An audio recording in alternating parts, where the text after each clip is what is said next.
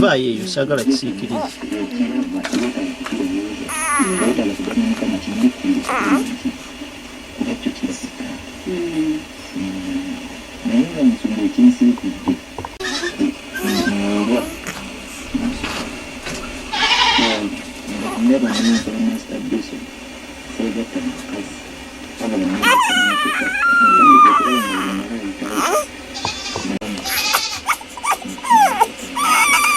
Omwana mubikkeko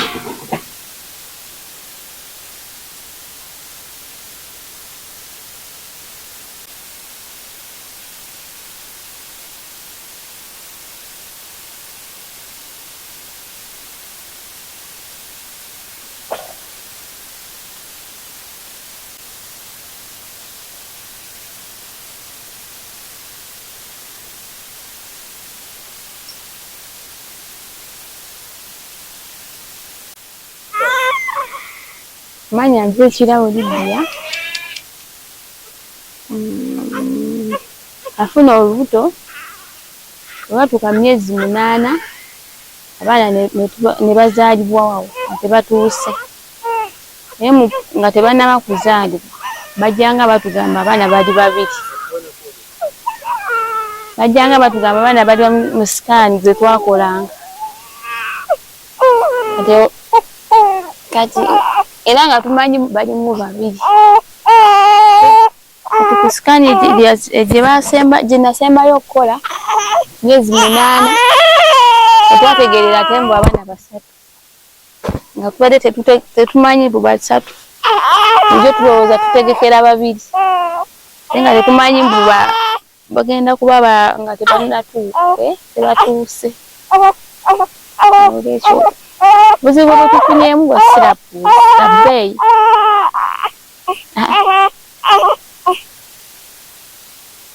Sirapu abbeeyi ate za buli kumpi kaseera.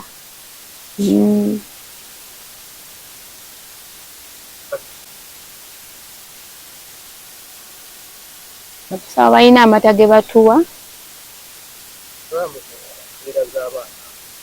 Abaana bano engeri gye bali abasatu era baba olina obbagabirira mu bungi. Ekibizinga bafunamu kuva bakaaba nnyo ate nga baaganya n'okunywa ate nga emikebe gyabwe gya bbeeyi egy'amata. Esatu omwo kisinziira w'ogiguze. Naye ate emikebe gyabwe sawo baatugamba mu wiiki emu guba gwonoonese nga guli expired, olina ofuna omulala.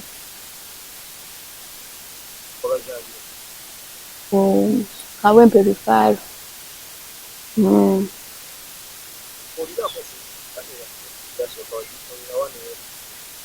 Sikaani yasooka nagikola Buwambo, ey'okubiri Buwambo.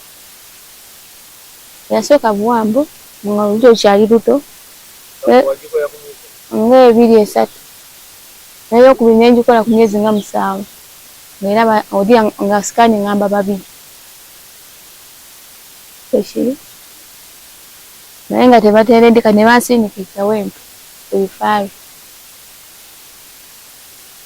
Eyo gye baŋŋambira ate mbu naye ate eyo gye baŋŋambira mulimu 3 last ddala ng'enkya kumpi kuzaala bavaamu.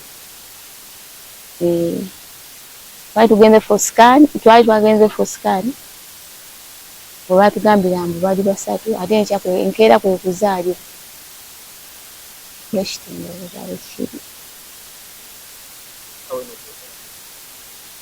badde sikola.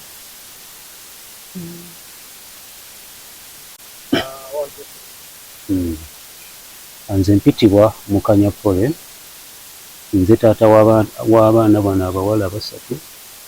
Omulimu gwange ndi mutembeeyi, nsiiga Cutex, omulimu gwenkola.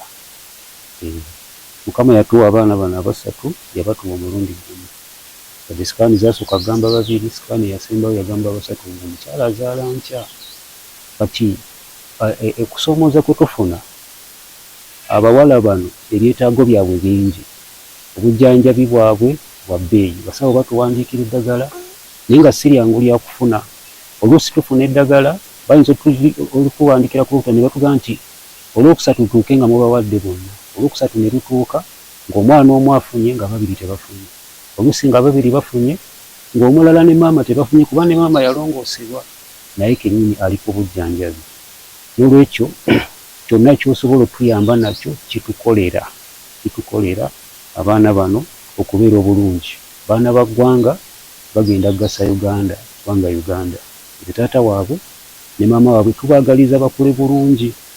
Obujjanjabi amata banywa ga bbeeyi ate balina appetite banywera ddala tebasaaga. So tusaba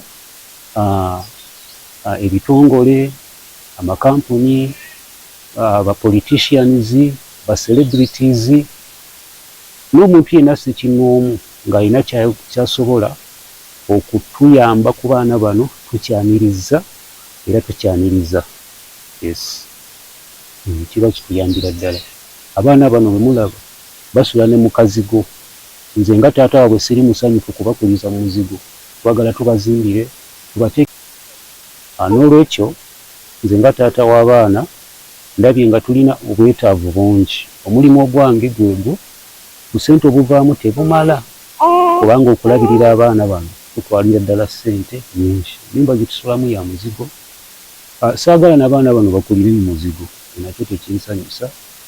So bwe tutyo bwe tuli, kyonna kyoba Munnayuganda naawe atulaba, kyoba otuyambye nakyo tukyaniriza n'amaanyi mangi. Tugamba nti tukozese n'embeera eyaffe okubalabirira, kiba kya bbeeyi nnyo, tujja kwesanga ng'oluusi tetusobodde. So tusaba obuyambi bwammwe. Kati abaana bano abasawo baatuwa ebbanga lye tulina okubazaayo, era abasawo batuwandiikira eddagala ery'okubagulira. Eddagala liva mu mitwalo 2 kudda waggulu, nga obalaba bali 3. Ebiseera bingi twesanga nga ssente z'eddagala tetulina, ate nga balina kumirira mu budde, era ebiseera bibadde bingi ng'obudde buyitawo, ng'omu afunye omulala tafunye.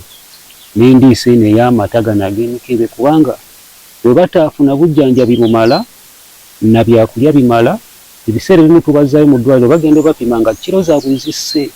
Buli kiro zaabwe we zikka batera okutukwatirayo mu ddwaliro, era ne batuvunaana olw'obutabalabirira bulungi, obutabaliisa bulungi. So eddagala, emikebe gyabwe gy'amata beetaaga okubikkibwa obulungi, beetaaga okusula obulungi. Ebintu ebyo byonna bifaanaganako we butyo, bitukolera ku lw'obulamu bwabwe okuba obulungi.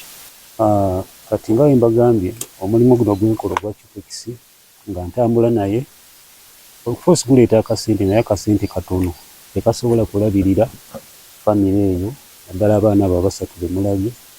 Ebyetaago byabwe bingi nnyo, bisukka omulimu guno, bisukka omulimu guno. So kyenvudde nzija gye muli okufuna sapooti okuva gye muli abalabira butegeevu. Wabaayo omuntu yenna omulabya ndaba ng'olinayo omulimu mwesobola okukola nga gusinga guno nga guyingiza ssente, nsobola okulabirira abasatu bange abo, ngwaniriza nnyo era ngwetaagira ddala. Abeewaffe n'abeewaabwe of course bonna baali basanyufu, kubanga ewaffe 3 tebaaliyo, n'2 sibawulirangayo. Ewa mukyala wange Bannaalongo Basaalongo mbawulira, naye wa 3 abadde taliiyo.